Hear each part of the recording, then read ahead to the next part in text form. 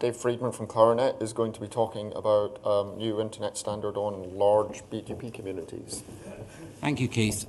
This talk is called Not So Large BGP Communities because I needed half an hour. I graciously was given 20 minutes and now I have closer to 15. So I shall try and make this as brief as possible. So, BGP communities. How many of you, can I just see a show of hands, are familiar with BGP communities? Excellent, you can put your hands down. They've been around for just over 20 years. In fact, the original drafting of these was, the wording was released around about 1995. And they were designed for policy routing on the internet, and they're widely implemented in BGP today. In 1996, talk was given at a NANOG meeting, and in that talk they mentioned that so far 2 vendors had implemented BGP communities, one of which was Cisco and the other was Bay Networks, and they were calling for more vendors to come and adopt it, and that's exactly what I'm going to be asking for today. So what are large communities? Well, before I can talk about that, I have to talk about a few things on the way. The first of those is something called extended communities. Extended communities were invented around about 2005, 2006, and their intention was behind signaling in L3 VPN scenarios. The extended community is larger, whereas the standard community is only 32 bits. It only has space for a 16-bit, it's commonly expressed as a 16-bit AS number and a 16-bit value. There is no space to put 32-bit ASNs in it. Unfortunately, since 32-bit ASNs have become commonplace from around the time that they were started allocated, around I think the end of the 2000s, it's becoming more and more of a problem, people trying to use communities and wanting to signal their own AS in the ASN field and not having enough space for it. Extended communities are larger, they're 64 bits. They contain a type field. Some of these types, or in fact these types were originally invented for L3 VPN, as I said. The most commonly known of these types is the RT, or the root target type. Somebody did invent in 2009 a type that could be used to stuff an ASN 32 into an extended community. But in doing so, they left themselves only 16 bits for a value.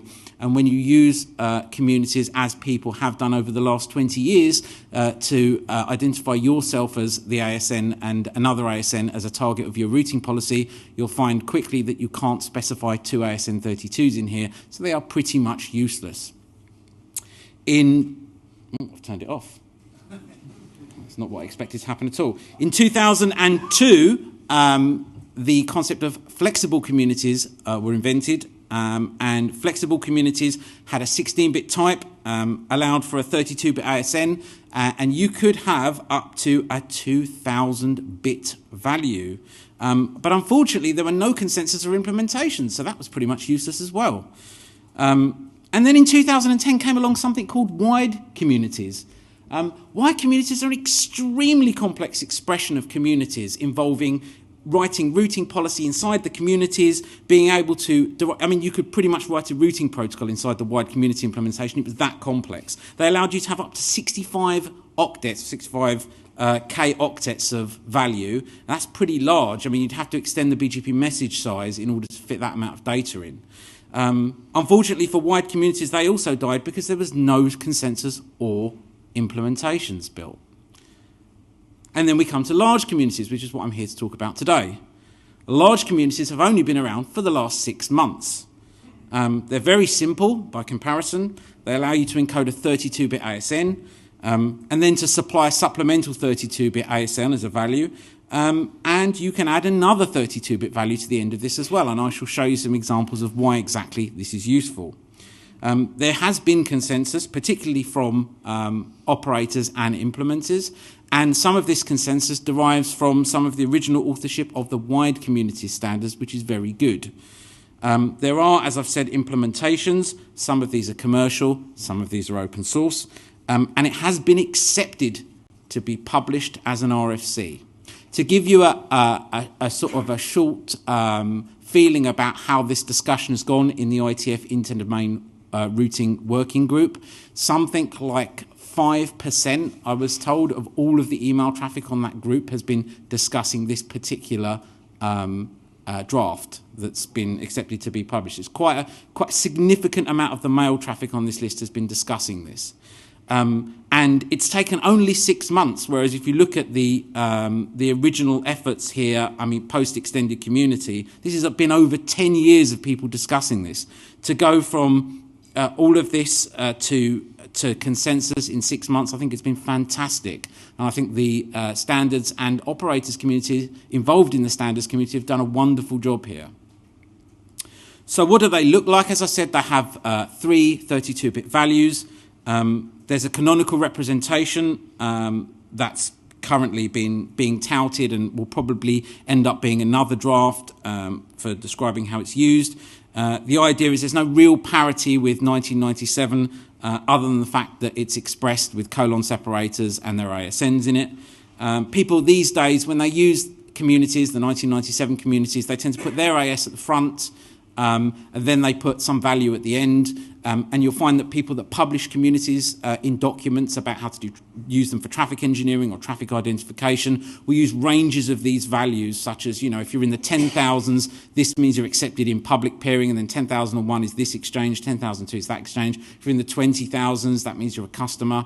You don't need to do this with large communities because actually you can use the first value to indicate the type of thing you're talking about.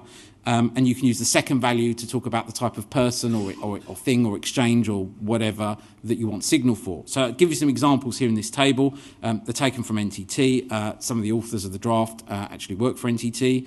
And in these examples, the 1997 community was a do not advertise community. And do not advertise communities traditionally were not taken from the operator's public ASN. So in this example, there's 65400 and then the peer AS, meaning don't advertise that peer AS. And in the large communities, they've got space to include their own ASN and they can put the 65400 peer AS.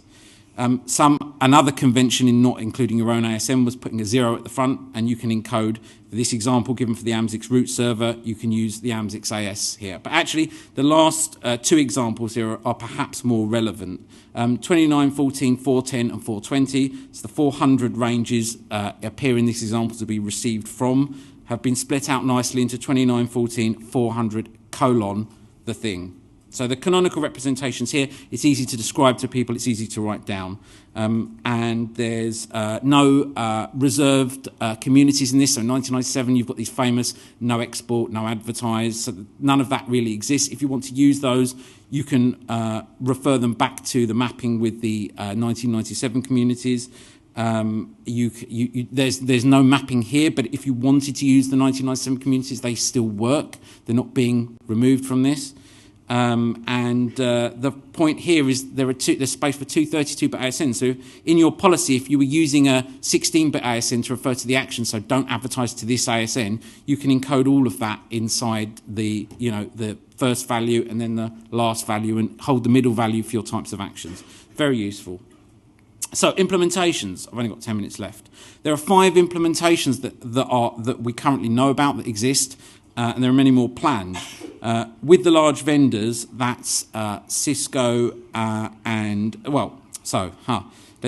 are implementations in root servers. So I believe the INEX is running, I think it's Open BGPD. Somebody correct me here if I'm wrong. Is that right? Or is it, sorry, it's Bird. Yes, I think so. I think the INEX are running. There is a root server which currently implements large communities. I believe it is actually Bird, although it's in the OpenBGPD software at the moment. IOSXR, there's an engineering release that was brought to an IETF meeting used for interop testing, so we know that exists. And there's a rumour that the second half of 2017 will see that in production code. Juniper have got it targeted for Junos. A bunch of other vendors have said they won't implement until there's an RFC. So really, there's also the ecosystem, which is quite important. All of the tools that are associated with reading these large communities, processing them and displaying them, such as Wireshark, BGP dump, TCP dump, so on and so forth.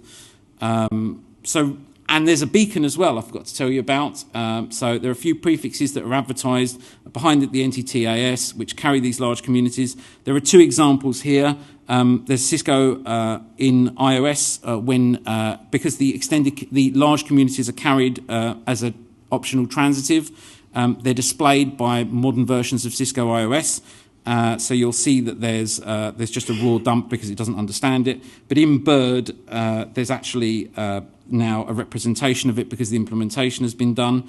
So if you want to test your implementation to see if it receives these, go and look at these prefixes coming from this AS path. And if you see something that looks like large community, then you're already running an implementation. If not, just make sure that you see the optional transitive. It's not being filtered by anything that you have along the path. So in my remaining time, it's really a call for action. It's, as I've said, I've used the word ecosystem. There are many other things out there that touch communities and structures of things that look like communities in order to pass or process them. The ecosystem needs to be upgraded. It's taken us 20 years to get this general adoption of RFC 1997, and it's probably going to take us quite a bit of time after this to get this adoption of large community. You have to ask your vendors, and with Cisco, we know that ISXR is on the way, but there are no plans for the traditional iOS XE or the Nexus OS that we're aware of. This is a bit of a problem because there's quite a few people out there that still run iOS. Actually, iOS isn't that old. In fact, the latest train of it's being used to run a bunch of products that's still current for Cisco, so they need to do something about this. Juniper have started already. They've only planned it in Junos, and we don't have much detail about when that's likely to arrive. And Brocade and Huawei, we have absolutely no commitments from them at all. And this, it's quite worrying given the number of operators sitting here that probably use this equipment. You'll have to update your tools and provisioning software. Your routing policies, if you're using them, have to be updated. And of course, your technical staff have to be trained. Start here. And that's it. If you've got any questions, come and ask me. I'm going to ask now since I have a few minutes left. It's either myself or email Job Schneiders, if you know him, job@ntt.net. I'll take questions now if there are any. There's one. Tom? By the way, if somebody authoritative knows the answer to the INEX question, please say so. Hopefully, but it is Bird. Okay, I was right the second time. Yeah, Nick confirmed in the RFC channel it's Bird. Right. Tom Hill, Bytemark. I was just wondering really about more to do with how the RFC would detail, because obviously we have the beacon out there and there's large community attribute and it doesn't actually sort of parse it properly, it just says, I don't know what this is. Obviously, they negotiate in the, believe in the... There are no capabilities, if that's what you were going to ask. It's a transitive. Right, okay, fair enough. That's pretty much it. I just wondered whether or not... So for those of you not familiar, when you're introducing BGP message types between neighbours, usually you have to negotiate that as a capability to make sure that that message type doesn't cause anything untoward to happen in your implementation, like a crash. Optional transitives, Jared's shaking his head here. Optional transitives don't have to be negotiated. They're optional and they're transitive. Go on, Jared. Yeah, so Jared Mach. So in BGP, there's all the attribute types for the different subtypes. And this being an opaque attribute just gets passed through. Whereas there are certain things where you do have to negotiate the capabilities when you open for certain things like route refresh and just a variety of other things. But this is not something that requires capability negotiation.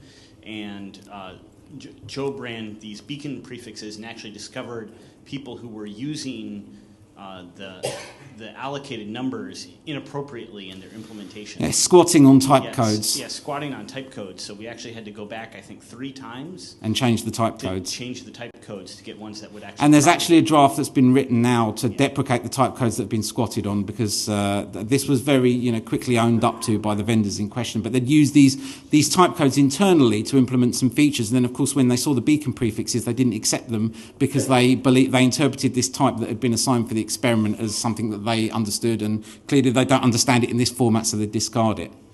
But optional transitive, the very thing that crashed many routers many years ago when a certain IRR sent them out onto the internet. It's these very same things that we don't need to negotiate capabilities for. If that answers your question, Tom. Sort of, he says. Any further questions?